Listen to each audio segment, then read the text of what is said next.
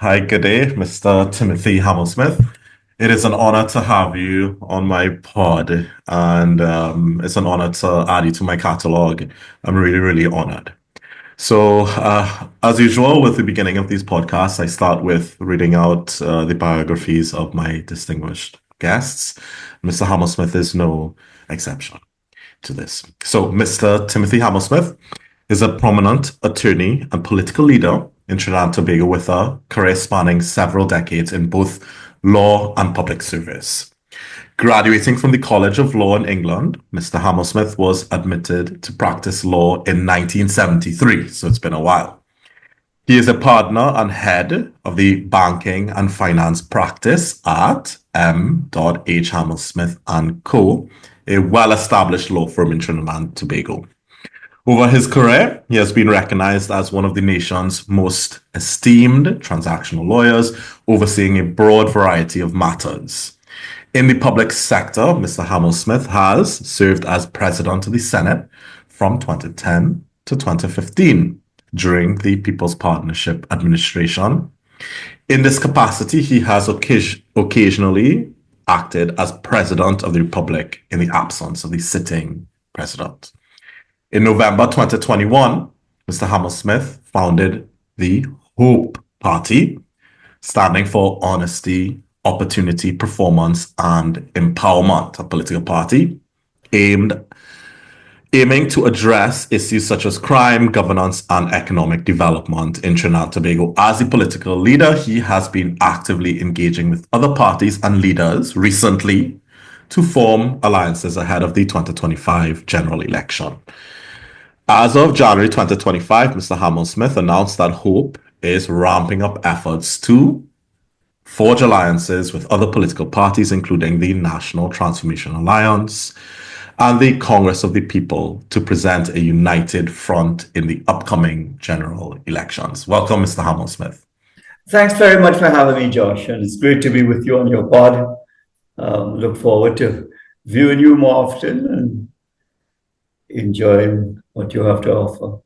Thank you very much. I mean, we try and, I might tell you that I'm recently retired from Hamel-Smith Company as opposed to. Okay, so now you're into politics full-time or public service full-time. I still work. I do the occasional matter too for people who are in need. Yeah, I mean, public service seems to be a calling that requires full attention. Like there's a lot happening in Trinidad and Tobago, and not just Trinidad and Tobago. There's a lot happening internationally, right? Sure. We see Trump coming into power, and the Europeans reacting to that, and Marco Rubio was recently in Central America and Latin America. He chose that region as his first ports. So that we're entering into a sort of a new dynamic reality, and I think that we have to get ourselves prepared, especially with Venezuela being, a part of that, those new players, let's say. But, I have some questions here that I would like to ask. And Sure. The whole goal, I think, is that I would like essentially to know what drives Mr. Hamel-Smith to do what he is doing right now. What is your motivation, sir? So I think that God has blessed me, if you like, with certain attributes, and that those lend themselves well to trying to transform the country, and therefore politics is the avenue I chose to do that. In fact, Pope Francis says that in Fratelli Tutti, that we need Catholics to join political parties because politics is the highest form of charity. Because sometimes, yes, and I've done that too, you can reach out to the poor, you can give them meals, but what about the elements that create the poor, that really, if we don't break the cycle of poverty, crime, and inequality, then we will never rise beyond where we are today.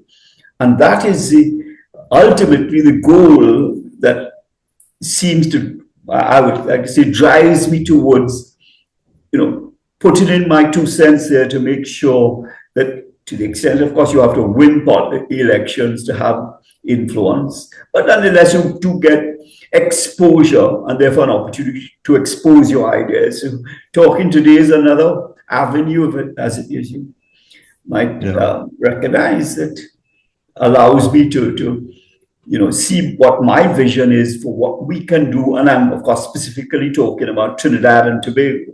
I'm not yet trying to transform the world like you, but we can just try. I mean, the first thing that jumps to my mind right now when I'm talking to you as a political leader of hope is that, in Trinidad and Tobago, typically, we have a race-based political system, right?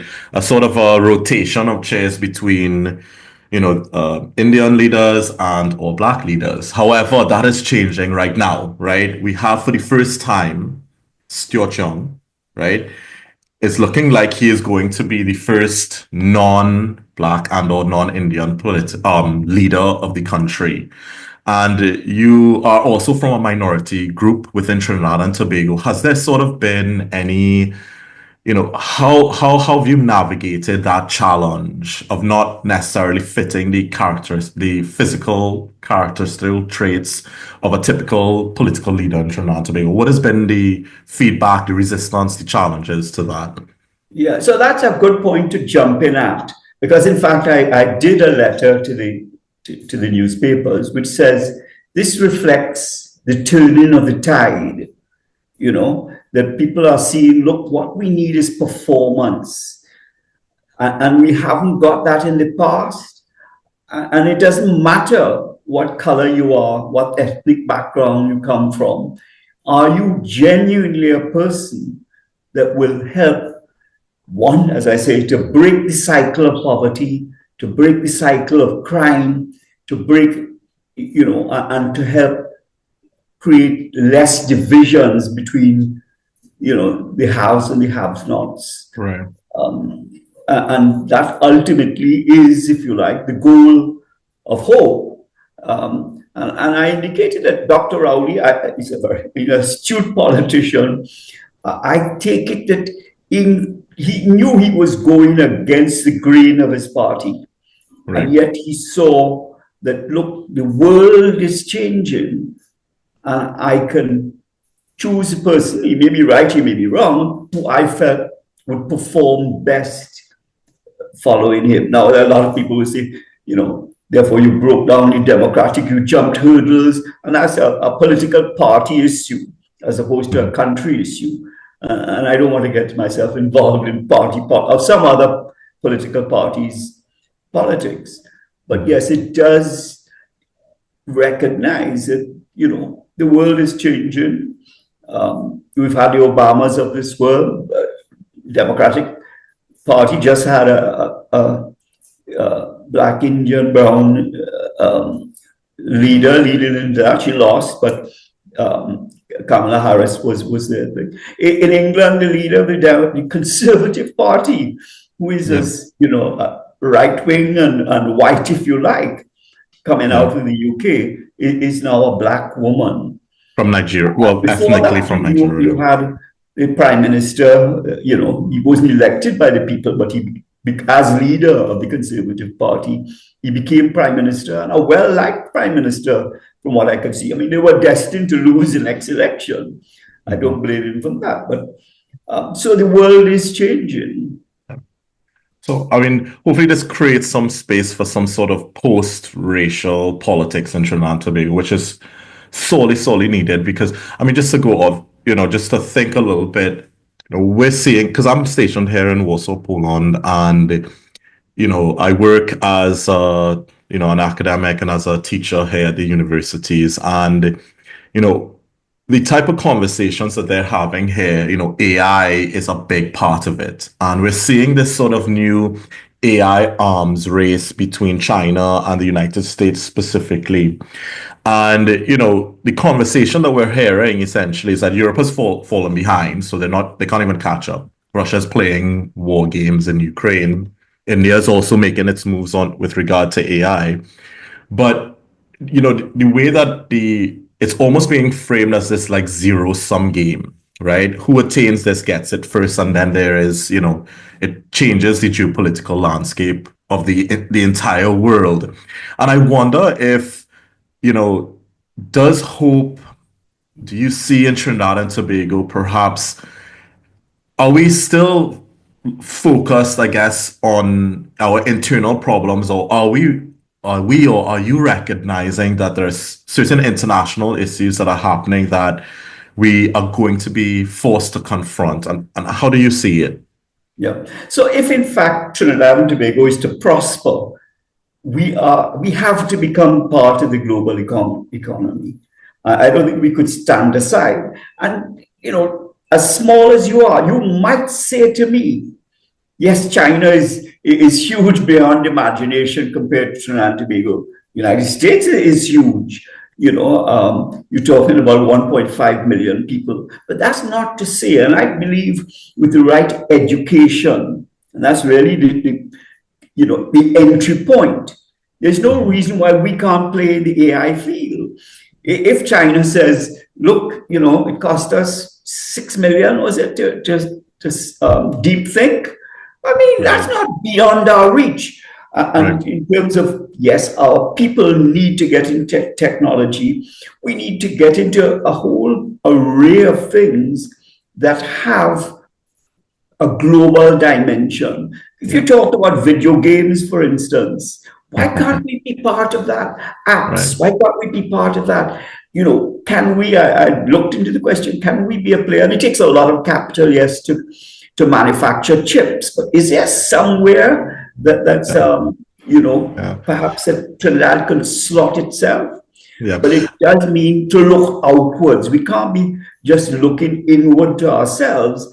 That is the road to decimation rather than growth and prosperity. Yeah. I mean, I agree with you. Just a funny anecdote, I remember when I was younger, my mom and my dad used to tell me that you can't make money by playing video games, right? And they always used to drill that in our heads. And I'm sure like you would have, you have experience with that yourself. And I keep thinking to myself right now, boy, were they wrong.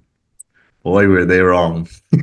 Because there are kids out there. It's a new era, The world, this is like the Industrial Revolution. The world post AI is not going to be anything. It will not resemble what we have today. We have to get on board that train. But to get on board that train, what is really disheartening? Yes, we offer universal education, great. But how many people benefit from it? It's been suggested that 70% of the people, of the students, don't reach their O-level subjects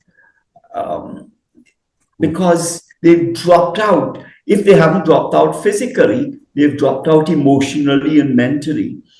And why are we not capturing that? Our people aren't, can we have a total wrong focus. Mm-hmm. And in fact, we should be still focusing on technology in schools. And look, it's there open for us. We think we create a system, we borrow a system, and we don't tailor make it to our own needs. And we pour the people into the system instead of trying to make a system that each of us, there are different intelligences among people, and you need to create systems that will allow everybody to excel, everybody to fulfill their potential. And unless we do that, we cannot be the people we want to be. We cannot play our part. We cannot become prosperous and transform the nation into what it can. I mean, I like to think that we have the potential, we have the dynamism, we have the creativity, we can do it, but you need the foundation, and that just isn't there at the moment. Yeah. And you'll have a few, outliers, if you like, but not sufficient to. Yeah, I mean, we have to not get on the train. We have to be on the train because the train is already going full speed ahead, and that's the only thing that I'm, one of my major concerns and why I'm doing this, just to kind of bring these conversations to the fore. But I want to just go back a little bit, and I want to know what inspired you to pursue, firstly, your career in law? And how did that shape your path eventually to get into politics? Because you kind of see this happen a lot in Trinidad, not just in Trinidad, right? Like you see this everywhere in the world, where there's this sort of like this pipeline from the legal profession into politics. So what was that like for you? What inspired you to pursue your career in law, and how did that shape your path into public service? All right. So, yes, I came from a legal background, family background. My grandfather founded the firm in 1909. But that's not to say a young lad growing up at 17, 18, that I had any idea what the law was about. But, at that point, your father will ask you, what do you want to be? And he said, well, law seems to be something that is an option. So I went along with it, not really knowing or not understanding what I was doing. What I can tell you is when I opened my first law book, it was a book on torts. Torts are civil wrongs. It captured my imagination. You fell in love with law.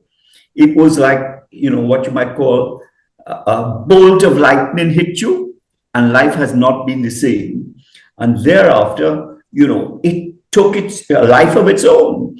I was very fortunate in that I came of age in terms of law when our energy industry, oil, gas, and energy was now taking a foothold. So I was there at the start of it as a lawyer.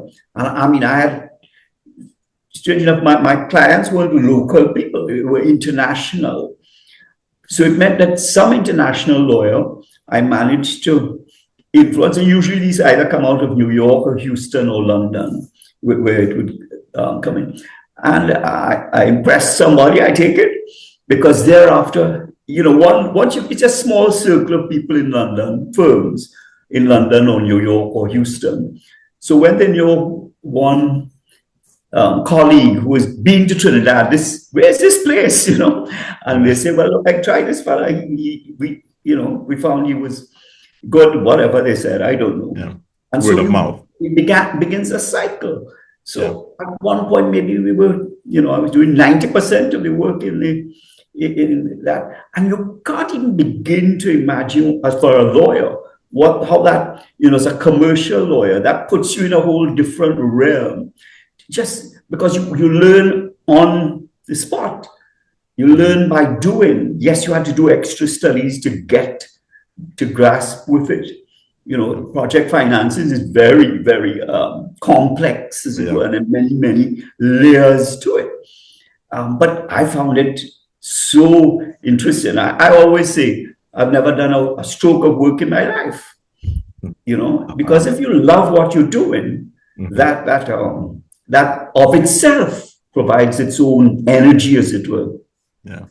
And then that was law, yes. But as you got into law and you see the things that are the structures within the country that are holding back people from performing, then you begin to think, well, maybe there is a space that I need to enter to bring the same things that I brought to the market. Because, very often banks, in local banks, they put together a project and I say, that can't work. You have to break down the project, understand the underlying causes, and build it back up in a way that makes sense. Yeah.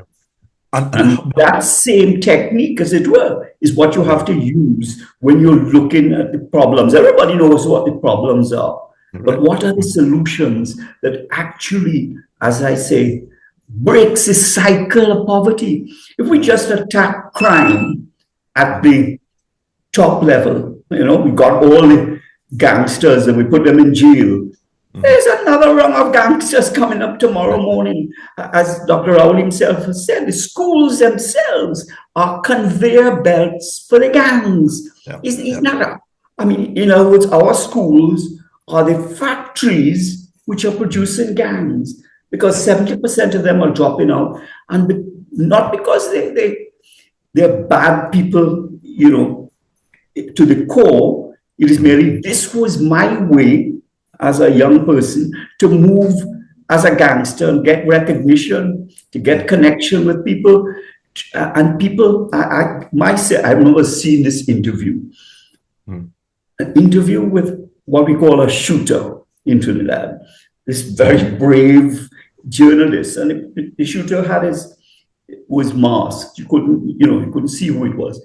But he was maybe 17, 18. Yeah. And he says, yes, how many people have you killed? I killed about 16 people so far. What? Why did you get into this? And he says, I didn't live a bad life, is what he said. My mother and father were there, and I got a nice pair of sneakers when I wanted or whatever. But my mother and father were in CPEP, and I didn't want that life for me. That was a life to nowhere, is what he said. And the opportunity offered where I could make, become a shooter and make big bucks. Right. Might have had a short life, I don't know, but that you need to break that cycle. Unless you do it, we will perpetuate and get worse where we are. I mean, ultimately, I've done a lot of research into this, and ultimately there are violent status games, right? And young men, they always say the young men between the ages of 16 and 26 are the most dangerous animals and or creatures on the face of the planet, right? Because they haven't learned to control certain impulses, essentially. But a lot of times, like the crime happens, as I understand, there are violent status games in the absence of legitimate status games being available to our youth. So the idea would be in my mind to, create more opportunity where you have more positive status games being played. Because what is it for ultimately? It is for material benefit, what they would call peacocking, right? So, you can buy a nice watch, nice car, nice job, nice house. So the peacocking in order to attract a mate and whatnot. And it's funny, but it is really it is really that primal in a lot of cases. And sort of the other thing that I have kind of like realized just observing is that, and this is dangerous for Trinidad, I think. Donald Trump, not just Donald Trump, but you have Bukele in El Salvador, you have Milei in Argentina. These political leaders in our region are showing the world what is possible where there is the political will. And you sort of look back. Now, I look back and I see the past administrations in this country, and I just get very angry because I see we've had leaders with some sort of, whatever the reason, but they lack the political will. Maybe the incentive structure was misaligned, but they lack the political will to essentially make fundamental changes. What can, but we would say like, what is possible? You can't do anything, government can't do anything. It's not possible. But now we are seeing actually that fundamental change is possible with the political will, and when the incentive structure to act in a particular way is realigned to, let's say, the benefit of the people of Trinidad and Tobago. And, that's why I think, it really is a dangerous thing to see competent leaders in our hemisphere for political leaders in Trinidad and Tobago. And I think, this is going to be a challenge. But what I kind of want to know is, okay, so you just gave me a little bit of the legal side. So you move in from the legal into the public sector. You're appointed a senator, or you are appointed the president of the Senate in 2010, 2015. Well, how did that happen? Tell me about that. Well, I was part of the Congress of the People, right. So I had been working with them since 2016. This is 2010. We lost the election in 2017, even though we won about 23% of the vote. And people don't understand, if a party wins 23% of the vote with no seats, then that's not democracy, No. Yeah. And with New Zealand recognized that. When a single party won 12% of the vote, then ruling government without representation. The ruling government formed a commission. We need to change our constitution. We need to change our electoral system specifically. And that's when they brought in mixed form of proportional representation and first past the post, which is exactly what Sir Hugh Woodin had recommended back in 76. And we turned our back on it. So the electoral system plays a large part in the dynamic of allowing for change. Right. But, if you wanted to, where is the entry point to start to make a difference is the question. And yes, I might say the entry point is to get into politics, because then you have the resources to change systems, the systems that hold people back. And one of the things, I read a book by Paul Tough, How Children Succeed. And in that book, he was pointing to research done at Stanford and Harvard, which was saying that toxic stress was preventing it was doing brain damage, in fact, to the prefrontal cortex, which didn't allow children to learn. And that those that suffered toxic stress tended to be infants, because you're talking about from infancy. In fact, some of the things are saying it could start in the womb. But let's talk about infancy.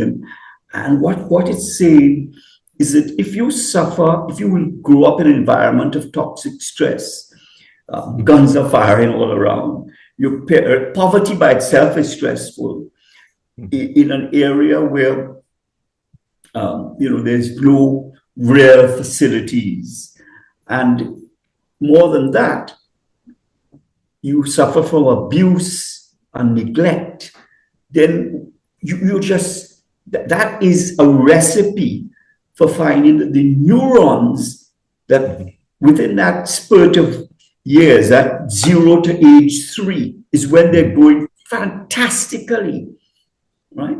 And after 3, it starts to gradually drop down in terms of the neurons. And those neurons have to form the synapses, and that creates the part of the brain that allows people to think rationally and so on. And what Paul Tough was saying is that kids who suffered from that went into primary school and they were so angry partly because their peers were understanding what the teacher was saying, but they just didn't get it. Simple stuff they couldn't get. So they get angry with their peers, they start to fight with them, they abuse the teacher, and by the age of 11, the only thing they're ready for is gangs. Right. So if you keep repeating that from generation to generation, then you really created a dynamic for what is being said. When you go into school, you're just a factory to turn out that. And the actual start point is that infancy period. Because then if you can't learn when you're in primary school, far less secondary school, then what is left for you but to join a gang, become a shooter, get some, as you say, some peacock stripes, as it were. Yeah, and so the entry point for the actual underlying cause is, how do these infants, what can you do for them? And as I was thinking about it, because Paul Tough doesn't talk about what the solutions are, I said, all right, you know what? We need to have nursery daycare where these children in disadvantaged, underserved areas could benefit from love, care, attention. They need to bond with a caregiver. They need to have stimulating toys that helps the brain to grow. And that is, it could be just cardboard boxes, whatever. Children will find toys out of anything. But a safe environment in which they experience not abuse, not neglect, but bonding that allows them to flourish in those first 3 years. I felt anyhow that was the answer. I did approach some people, and everybody says, we don't have the resources. We're maxed out, and I didn't get any traction. But recently, like 2 weeks ago, I said, you've come up with this idea about nursery care as being the answer. But is it really? I didn't know where to look, so I looked at AI. I looked at AI, and there I found, yes, they have been doing this in many cities around the world, where in fact nursery care is seen as the primary thing that you have to intervene at. Oh, yeah, lots to do for secondary education and primary education. We'll come to that. But if you don't make this breakthrough in those formative years, up to 3-4 years, then you've lost them already. Right. So no matter what you do later, the likelihood of succeeding is remote. And that's the entry point. So what Hope has said is the state, we have an absolutely wonderful NGO network in Trinidad and faith-based organizations. Because, you can't ask public servants to do that kind of work. Right. So we need to use the NGO network. And Hope has said, as one of mechanism, we need to give them the resources. Yes, they have to be transparent about it. They have to be accountable. But you need to create the space. You need to hire the people. You need to train the people that understand what you're given is love, care, and attention. Yeah. We can do that. That's not beyond our capability. And that, if you did that in all your challenged communities, it's not just Laventille. We may always refer to that, but that's just a symbolism, if you like, for all the other disadvantaged communities we have, because it's now spread out throughout Trinidad and Tobago now. Yeah. That is a point at which you break the cycle. Yeah. And then, of course, the education has to change. We want character education. We want value systems. We want children to actually understand civics and what part they play. And we have to expose them to not only academic education, they need to, in this coming world, technology has to be a great part of it. And children do have an affinity to technology that is unimaginable. Yeah. I'll tell you a story.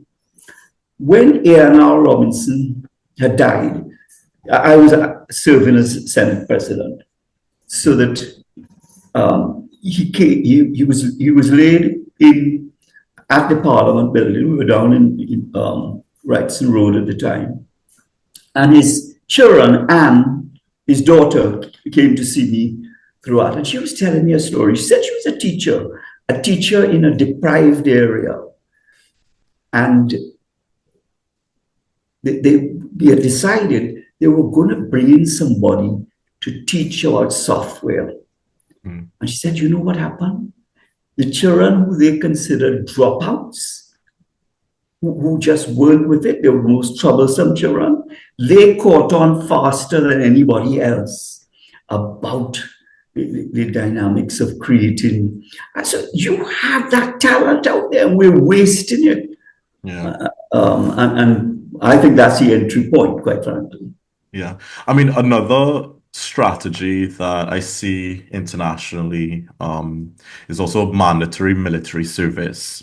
So when you look at Israel, you look at Switzerland, Finland, some other countries in Southeast Asia, when they see that, high dropout rates, they basically mandate, listen, you have to go to the army for 2 years.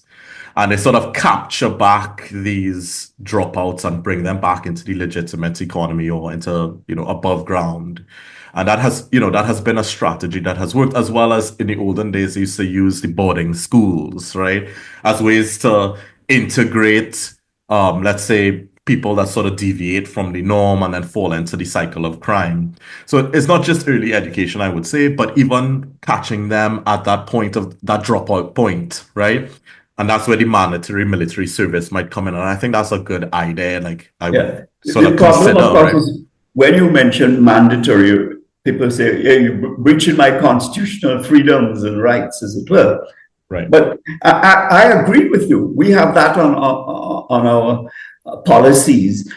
What we've said is, really, if you are not going to university, I know these may make it 100% for everybody, but you have resources to think about because this is going to be costly.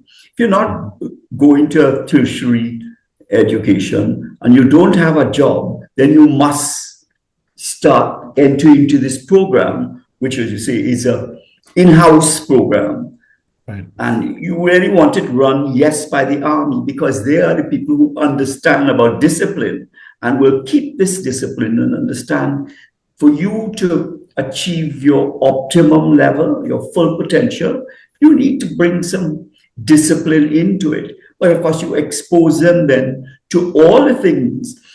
One of the approaches, I have seen used in the international school in Port of Spain is they tell their students, look, we want you to choose what project you want to do. We're not going to tell you, oh yeah, we told, of course, class has talked about lots of different things, but you chose the project. And of course, it's about 5 of them. Right away, they have to interact with 5 people, the social skills that are there. Right. It's a project they chose, and they have to decide how, and then they have to make a presentation at the end. They need to report. All those are part of learning. And they make this project. And I said to myself, imagine if a young person, 13 years old or whatever, maybe his ambition is to say, look, I want to be a DJ. Just giving you an example. Right. And I said, well, we'll work with that, How many y'all are going to have a DJ project? Well, then you have to learn a number of things about some electricals, how you get your wiring. We need to learn about audio. And to do all of that, you need to read, right. And because they're doing something which they consider an aim they wanted to achieve, then their reading skills improve and they're doing something where they see an outcome. And then you expand their horizon because it could become part of videography or audiography. You can do stage management, entertainment management, a whole host. And that's $1 trillion industry. Right. And it just started with saying, look, I want to learn to be a DJ. And you could expand their vision. I mean, there's lighting to be done and, a whole number of things. And people have then something to work to, as opposed to the dry bones, as it were, of what, when I was there, what's one Latin or what, those things don't have any connection with life. Yeah. Yes, if you started, you have to start with what they connect with. Then they can broaden into making their horizons wider than what they anticipated. Yeah, and for sure, I think for sure, DJs will be one of those positions or job positions that survives the AI takeover of the job market. Your previous field of being a lawyer, I keep seeing that lawyers and programmers and accountants and podcasters. Well, the podcasters might survive, but I'm not sure if the lawyers will survive and the accountants will survive. Absolutely is. But I mean, we talked quite a bit about crime. I know that's a fundamental issue, but besides crime, what other areas has Hope identified as the main issues that Trinidad and Tobago faces? Yeah. So the economy, of course, is very important. And right now, foreign currency people are being strangled for want of foreign currency. They can't do business. So that unless we can get foreign direct investment into the country or export items which earn foreign currency, we are in a real, because we've had so much money, the culture, the tastes of people have been rich tastes. Right. You can get anything but you're going to have to change that if in fact our foreign exchange isn't there. So we need to have a dynamic economy that has an outward-looking vision. We have, tourism. We've never tried to use that. And in fact, when I say tourism, I think in terms for Trinidad purposes of festival tourism, not just sun, sea, and sand. We have festivals throughout the year. It's a nature thing. It's Right. Trinidad's thing. It's not just carnival, but we have Jose and all the various occasions Right. when we have festivities. But we can have cuisine. We Right. could have Heritage Week. There's so much beauty in our nature itself. We have nature trails. Can you imagine reaching out in the eco world? Because rather than have mass marketing, you can go to the magazines or the groups that are within this realm that want to do nature seeking. It's a small group of people, relatively small, but it's easy therefore to reach out to them. Convention tourism, if we could get our hotels, and that was part of the aim some time ago, but it just, it seemed as if Trinidad and Tobago or politicians were anti-tourism. We'd be left behind, which is, of course, I suppose we looked on what we refer to as our poorer neighbors and say, yeah, they have to do tourism. We don't want to compete with them. Until here we find, hey, that's earning big bucks for them. That's bringing in foreign exchange. Mm-hmm.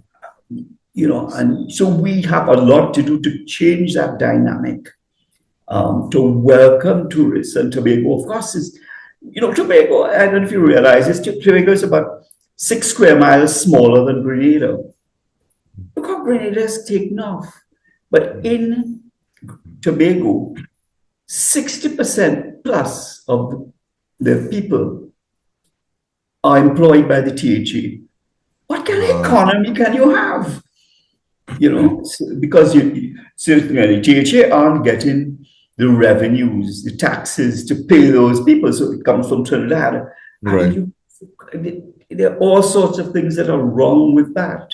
Yeah. And Tobago wasn't like this. Tobago grew, as someone was reminding me, huge amounts of food. They were a food basket, and yet it's been allowed to die out. Yeah. And one wonders why. Why is that allowed to go? Was it simply the politicians?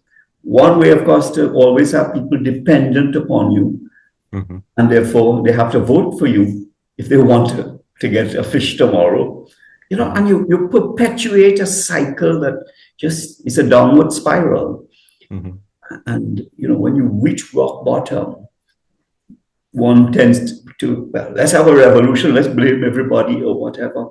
Because yes, our politicians in the past have killed the spirit, if you like, of entrepreneurship. What about dollarization as a solution to the forex issue in Trinidad and Tobago? Yeah.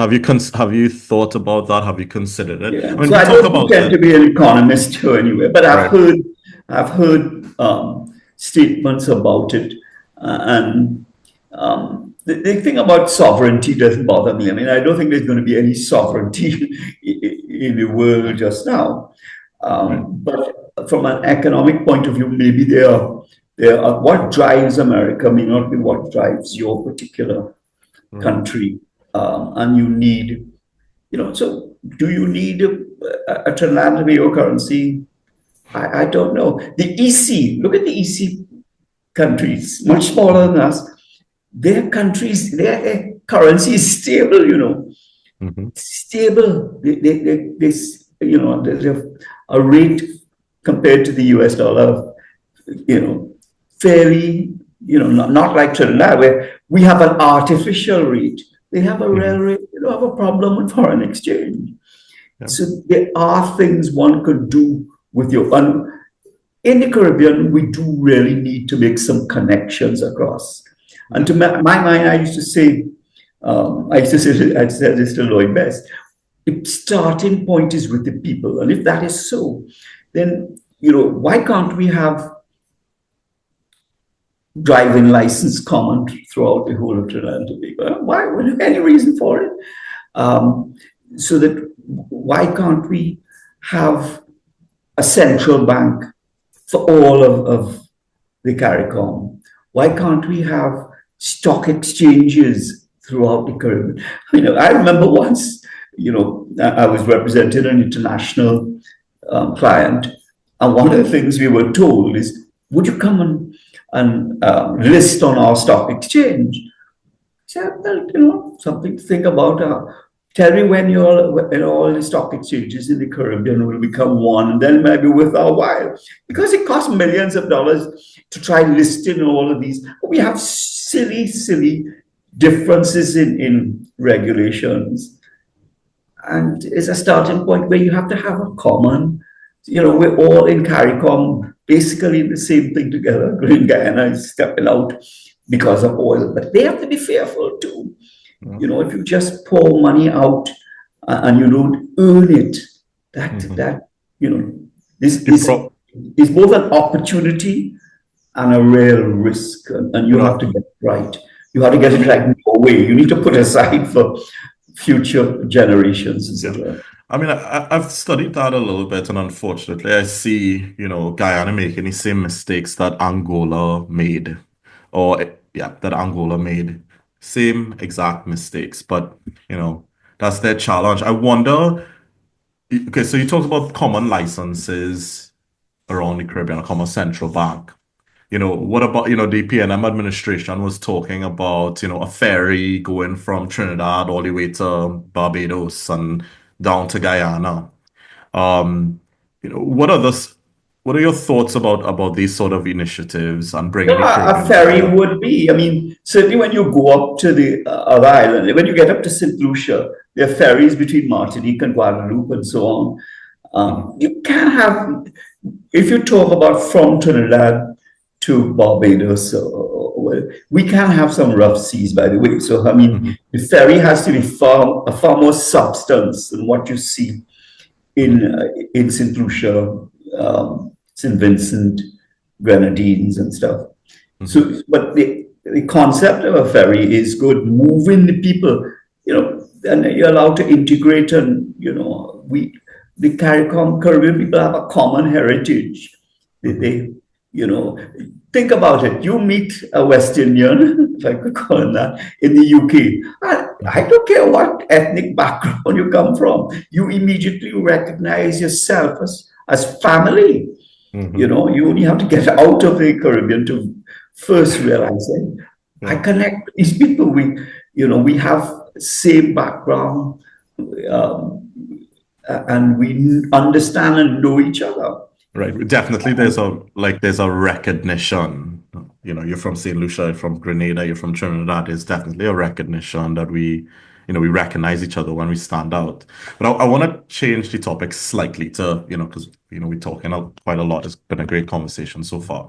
But I want to get a little bit into Hope's strategy with regard to building alliances ahead of the elections this year. So what are you looking for in potential political partners? I just sort of, if you can, divulge, at what stage have you reached? What is the feedback? What are your most promising options? What are, no-go areas? Talk to me a little bit about Hope's strategy with regard to I think the question to ask is, how do you go about forming a coalition? It's not just a matter of, hey, let's get together or whatever. We've suggested the way we need to have a common vision. We need to have common policies. If we can't integrate our policies, and some people may not have policies at all, so that you want to find out that the underpinnings, what is the strategic direction that you want to set, path that you want to set the country on? Because you don't want to find yourself in government, as the PP government did, yes, we had created a common manifesto, but manifestos are there to tickle the fancy of the electorate. Nice pictures and whatever, and they don't get read or whatever. But the day you get into government, what are you going to do? And of course, most of us think of, well, let's put up a nice building here and this. And of course, the politicians love buildings. They cut ribbons. There may be opportunity for kickbacks in those mega million sort of projects. But they don't maintain them because, you know what? they had no ribbon to cut in maintenance. They had no money in that. But, and so what was a beautiful building now becomes in distress. So we feel that's the starting point. More than that, we think that, all right, we want to meet with X, let's discuss this thing. But what we want to know, and what we lay down as, what we call terms of engagement, right? Our terms of engagement, respect for each other. If you have a problem, tell us. We put somebody there to act as a referee, as it were, because you can have, crosswires sometimes. We say we're not going to go to the media and announce this until we have an agreement. Right? We're not just in it for photo ops, you know what I mean? Come on, we all stand here and we raise hands. We really want to truly integrate, because we see as our end goal being in government, or else it doesn't serve any purpose. And you need to lay down that foundation. So that has been the approach, whether it was with the COP, whether it's with NTA, whether it's with some new groupings that are now coming in. That 12th of March, we have a big public meeting, NTA and ourselves. But we're not at liberty to disclose the new groupings that are joining us at that time, partly because we have a lot of groundwork to do. People just join hands and say we're a coalition, and that's not what we're about. We want to have a solid foundation, and that's why we've moved slowly. Of course, the public, say things about, hey, why are you taking so long or whatever. But, if you don't have a solid foundation, then you'll move on shifting sands, and wherever the wind blows you is wherever you go. I see sort of the main, the last People's Partnership government was essentially hijacked by the UNC executive. And I wonder if you and your partners are putting in place mechanisms where such a thing wouldn't happen again, presuming that you're leaning towards going with the UNC. Yeah, so that's an excellent point.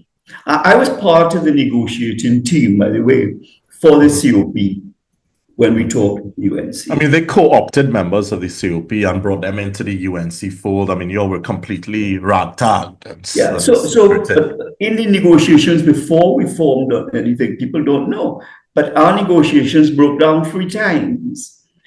And then the election date was announced. I think it was a Saturday. Mr. Manning announced the election date. And what had happened was just an arrangement, and I was part of it, an arrangement merely with how many seats you will take and how many seats we will take. And UNC made it a vital part of it. We want at least 21 seats. The reason for that is we don't want anybody to tell us what to do. And that's exactly what happened. That's what you're describing. You see, once you had 21 seats, well, you all could leave, you could go your way. And basically, they would have co-opted people into really the UNC just in name, being COP. And that's what happened, why the COP has reached, the low point it has today. Because we were used and abused, and hence the reason why today we are saying, look, no, in the coalition, no single party must have 21 seats. And then we can really talk. And really, therefore, what you're talking about is we could have an accommodation, so we're not fighting up with each other. At the end of the day, we can form a post-election coalition, which is what you find in Europe. Then you can say, then you enter into real negotiations. You say, well, these are my policies, and they could see whether they live with it. The other side says, these are my policies, and you try to, where you can integrate it. That's why the coalition, whether it's in Germany or other parts of Europe, takes so long to put together. Certainly one of the examples, you remember, just after 2015, must be 2016, in the UK, you had the Conservative Party and the Lib Dems formed a coalition post-election. Right. And that they drew up a coalition agreement and had in the schedules what policies they would adopt. The truth is that the parties, the junior partner, if you want to call them, does come away, post a coalition, getting some licks from their supporters. That's common. Whether you look in Germany, you will see that even Angela Merkel was there. She had a coalition, and the next time election they came up, she had a different coalition partner because her coalition partner took a lot of licks. Because at least in Germany, people hold fast to whether if you were part of the Greens, for instance, you hold fast to what you have. And if you deviate from it, you're going to lose traction. I don't know that we have that great sort of ideology in Trinidad. I haven't seen anybody, having that. I mean, you do have some, you have MSJ, it might be socialist leading type of thing. And we say, we don't, Hope doesn't want to say that it is ideology alone. We think we have to be practical. Yes, ideology plays a part. We will choose from what we consider good for Trinidad and Tobago. So you have to be open enough. Yes, you might say capitalism is great. You might say socialism is great. And the truth is, there are great parts of both of them. But some abysmally poor that, if taken to extremes, capitalism will create that unhealthy barrier between the rich and the poor. Would you say some will probably take you out of the economy altogether? Would you say that is Timothy Hamel-Smith an ideological person? You're saying that you're not an ideological person. I would like to say that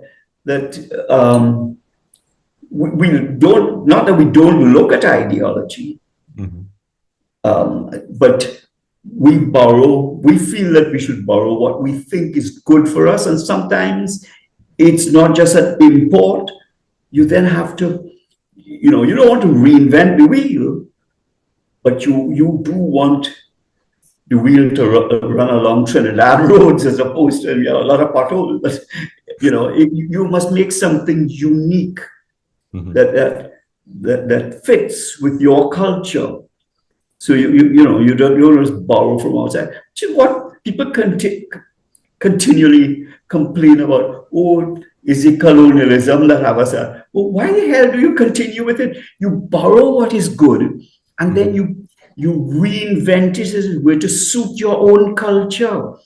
You can't, there are good things that you inherited. You don't necessarily throw them all out and start from scratch, but you do mold them and make them, and these things don't happen overnight. You realize this isn't working for me, but you keep changing it.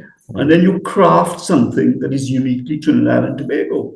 I mean, that's what Singapore did.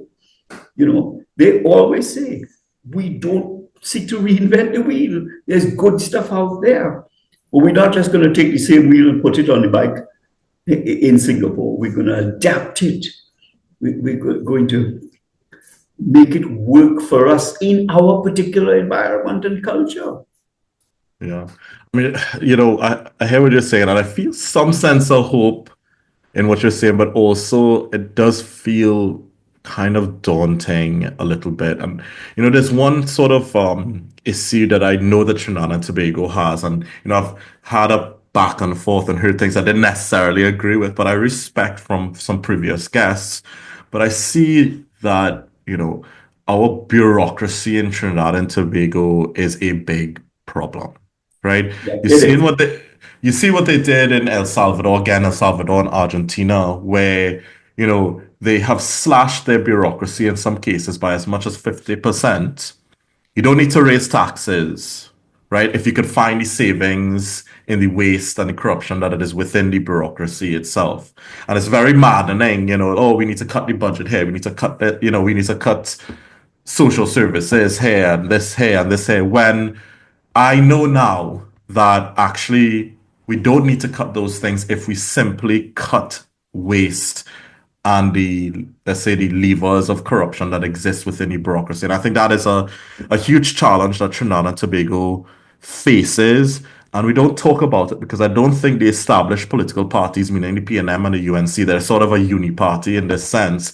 Either of them don't have an interest in changing the parasitic sort of bureaucracy that we have in Trinidad. Yeah. And I hope we'll have an approach to this. You're absolutely right. That is another area in which you have to tackle. So we've have in our policies what you call a serious fraud office. So the major metropolitan countries, what they do is they have, just to tackle corruption, that element of crime, all right, white collar crime. But the way a serious fraud office works is you have, you don't have to, but I'm calling him a special prosecutor, all right? So, I mean, in the States, what they do, they call it DOGE, right? The Department of Government Efficiency. Right. You see what's going on right now in terms of how much corruption that they have been seeing within the bureaucracy. And their aim is to cut almost $1 trillion off of the deficit. And they are actually doing it, right? So I think since DOGE has been active, they've cut $1 billion from the deficit each and every single day, right? So as I kind of started the pod by saying that the reason why Javier Milei and Trump and Bukele are dangerous for you guys in the public service is because they're showing us what is possible. So, if you're getting into power now, you're immediately going to be compared with the outcomes that we are seeing now occurring with our neighbors, right? I think DOGE is a good, what you need to, whether you call it DOGE or anything else, right. You need to create an arm of a ministry which sole focus is to cut out the bureaucracy, red tape. But I was talking about a serious fraud office to cut out corruption. We've created a society really where you get something done if you know somebody, or somebody knows you, or you know somebody who knows somebody, or you pass some money. And so that corruption is endemic through the whole society. Yeah, it's everywhere. This is a global issue. So, but I do believe that a successful country needs an independent civil service because they're the ones who implement the policy of thing. But it doesn't work in Trinidad for different reasons. We inherited this 1940s system of commissions. Well, the number of people in the civil service in 1960 were far, far less. Let's start from there. Today, you could have a commission who have 4 commissioners looking after 60,000 public servants. How is that humanly possible? But it runs against all the notions of good management practice. Right? Good management practice today says that if I am the CEO, then I must have the ability to hire, the ability to direct how things are to be done. I have to have the ability to discipline, and then you can hold me accountable for the outcomes of my ministry. And therefore, it's a permanent secretary who we want. And we're saying this is a very simple fix for years. I mean, we're talking about 40 years ago, we said the civil service needs, and everybody knows.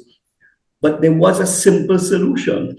I had put it forward to the Economic Development Advisory Board some years ago when Terry Farrell was the head.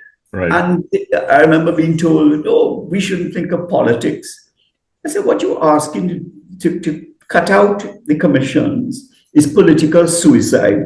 Hey, be practical." And I'm saying all you need to do is have the commissions, which is given them in the Constitution, delegate their power to the permanent secretary. And voila, all of a sudden you have a mechanism for good, whether it will translate is the next thing, but for good governance, for good management, and for outcomes. And one of the things I said, the civil servants had asked for, I think, 14% increase. My perspective on this, I'll give them the 14. You will get a 4% now, and the next 10% depends on performance. Right.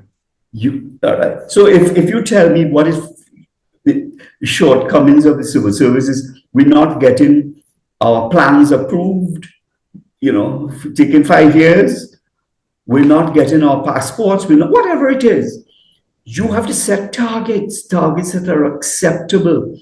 And your remuneration, your 10% bonus, as it were, is dependent upon achieving that.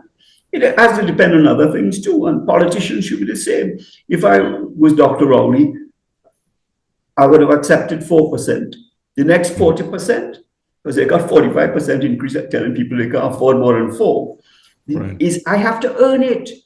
Yeah. I have to earn it. And the way you have to do it in a sensible way, in the sense that you don't want them to jimmy the system. So you want GDP to go up. You want inflation to go down. Because you could get GDP to go up just by spending and borrowing a lot of money. You want your debt to GDP ratio correct. You want to ensure that there's a cost-benefit analysis for things that you do. We just dream up projects regardless of whether they're good, bad, or indifferent. We just spending money, and it looks nice, and you see some fancy pictures. So you have to. I want to see the poverty levels go down. Sorry, I want to see housing go up. So you have those broader macro features for the economy, and then I want to see, have you hit your targets, and then incrementally you earn your 40%. And you create formulas for how that happens. Sort of different incentives, essentially. But you need them to be doing their work. Yeah. So if I become the permanent secretary, you asked about sending people home. If I'm the permanent secretary in a ministry, and I say, you know what, I want to get my 14%, 20%, 10% extra or whatever. But these X, Y, and Z are holding me back, and they're doing nothing all day. Right. So there's some, and of course you want an HR department in each ministry, or cluster of ministries if it was too much for one. Yeah. There are things we need to transform our public service. And I put it in hopes. We made a submission to, we recently had a constitution committee, and I presented it. And I see it appeared in the adopted what we put forward as what was doable, and the civil service is vitally important. That's why you talk about Trump sending home X amount. It was surplus to their needs. People are just pushing paper, and you ever see the mountains of paper. No, I mean, what they found too is that people have double jobs. Outcomes attached to it. Yeah, but okay, just for a second here. Okay, I want to talk back to the coalition talk. So you want to try to prevent whichever bigger political party get into coalition with, from getting any 22, 21 seats. So you have some leverage. Post-election would do that coalition, because if you got 21, you could just tell me goodbye. You don't want to talk to me. But are you going to go into... If you need me, let's talk. But are you going to go into, pre-coalition agreement before the election? You can have an accommodation. You don't need... What does that accommodation look like exactly? Yeah, accommodation really will relate to, what seats will we... You don't want to compete with each other. Do you compete with them in seats that you don't agree on, or that would be out of the... all those things would come down to nitty-gritty of things. So I can't tell you exactly what seats. Sure. But yes, you need... One, you look, what is the outcome do we want here? All right. And we say we want to have a common philosophy, policies and stuff. That is foundational. But yeah, if the outcome means we want to win the election, we understand. And then you have arguments about, do we have a better candidate than you? This constituency, is it leaning this way or that? And what wins elections in Trinidad and Tobago are really the 23% of people that the COP had captured. Right. And you don't capture those people, you win them over. Yeah. The other parties have bases that, come here, oh, I PNM till dead and UNC till dead, Yeah.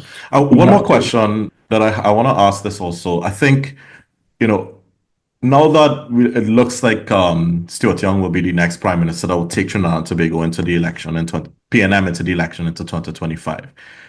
Does that change the strategy? And or what I'm asking is that would Hope consider a coalition or an accommodation with the PNM rather than the UNC? Or is it only with the UNC? So, no. So that's why our preference is a post-election coalition. I have in my executive people who are former PNMites and who have said to me, hey, you know what? We know that they will come knocking on our door. And really the heart of it from our perspective is what would be best for the country. Yeah. So because we say that, we have that as our underpinning, we wouldn't turn back the UNC or the PNM. Right. We're hard on the question of what we think are the policies that need to be implemented.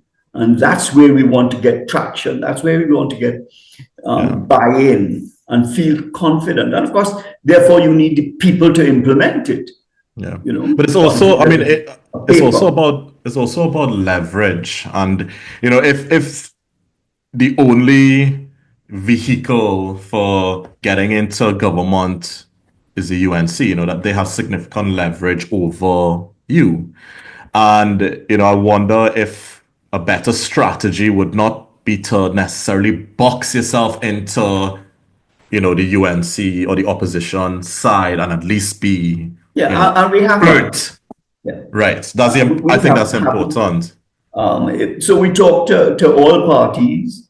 We have not distanced ourselves from them. The truth is, and whether that remains the same or not, I don't know. But the PNM always said, we stand alone and we lose alone. So they're not your natural party of coalition. That might change. I talked about the turning tide of politics. I also think we talked a little bit about they're more, accommodating. But I mean, when you look at the United Kingdom, you see how, both the Labour Party and the Conservative Party both say the same thing. We stand alone, we go down alone. But there are different kind of accommodations they make, whether it's putting up a very weak candidate or, symbolic gestures that hint to certain sort of accommodations that I think, third parties in Trinidad could definitely explore. We have to be, I think, if you want any sort of leverage on the UNC has to know that they are not the only port of call, the only vehicle. I think that's a challenge for the third parties. It is a challenge. It's tough negotiations. Yeah. And, I think we have some tough negotiators, but I don't think the time is quite ready for that.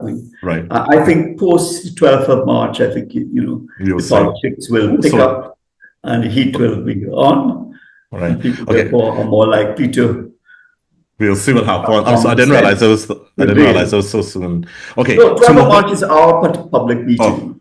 So okay. I'm putting that as a marker, if you like. Okay.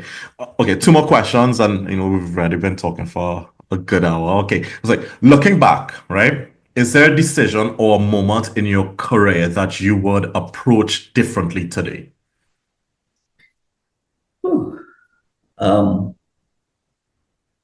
I can't think that, I felt very comfortable with my decisions. Certainly from a legal perspective, I can't imagine anything I would do differently. I would have loved to.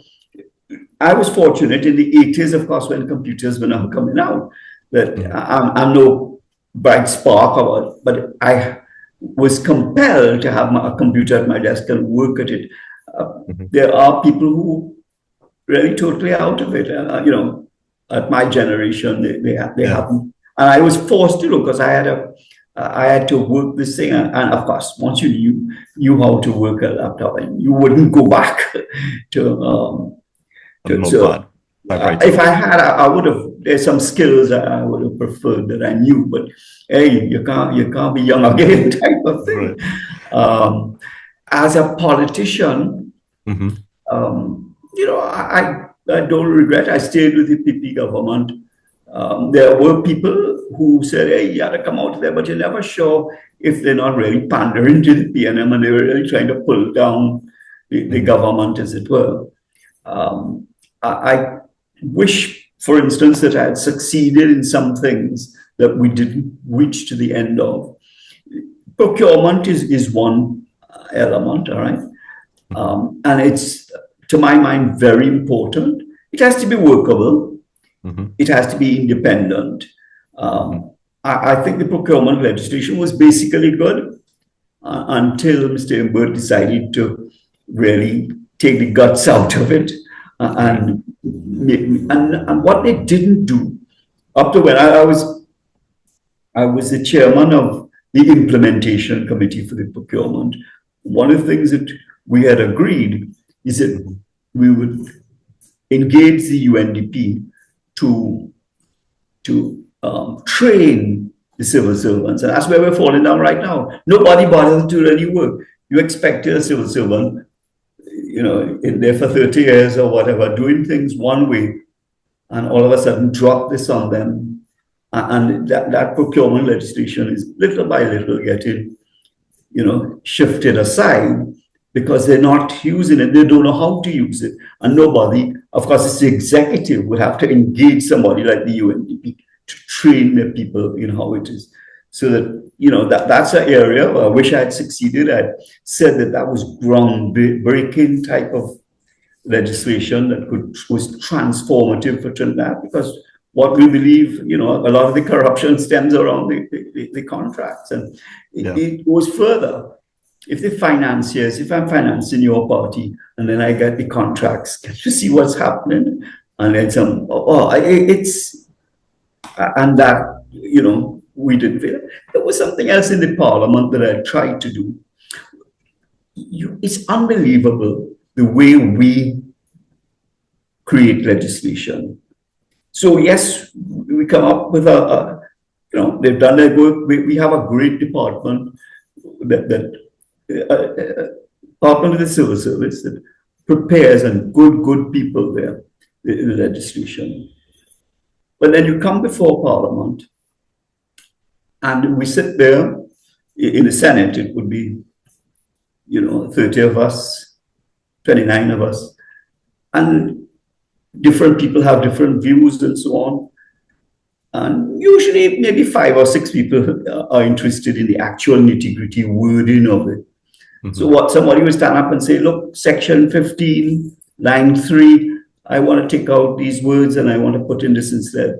Well, if you were an audience, you think you followed what was the impact of what I just told you that I was doing? That's not how you create legislation. What you should be doing is going into a committee of 5 or 6 people who are really interested. And what you have on a screen is the draft legislation. You have a typist who somebody proposes something and you see what it looks like in red showing up as a markup to the document. Right. And yes, that makes sense. So, we need to tweak it here or there. But that's not how we do it. Right. It's crazy. And we had got, as Senate President had put this recommendation, we had looked for the software to do it. We found that they had it. The ideal for us was Nova Scotia. And I demitted office at that point, and nobody took it. You have to have a champion for something. Unless you had that, I was not there, and it just didn't happen. But it was transformative. And then we had an outreach for Parliament. We went to all the students, all the schools, to tell them about what Parliament does and so on. They were so delighted by people saying, hey, you know what? These people coming to see us. And, they just dropped it. I mean, I can't imagine why you would want to do it. But they did. So goes. Yeah. Okay. That's actually a nice sort of end of the formal discussion. I like that a lot. That last part. I didn't know those things about the legislative process. I want to play a small little game. Just a small one, just to end it off. So I will name a name, and if you could give me one word response or description. So I will start with Gary Griffith. He's talkative. Okay. Keith Rowley. He is scheming. Stephen. Okay. True. Kamala Persad-Bissessar. Naive. Okay. Naive. Stuart Young. If I could use two words, he's bright and arrogant. Okay. And that's enough. I think that's a good set of names. Okay, Mr. Hamel-Smith, it was a joy to having you on. I think we have to have another conversation, maybe after March, after your conference. I'd love to bring you back on. Yeah, okay. Yes, okay, absolutely. I'm available. Thanks very much for having me. No problem. Okay. Success in everything you do. Okay. Thank you. Bye. Cheerio.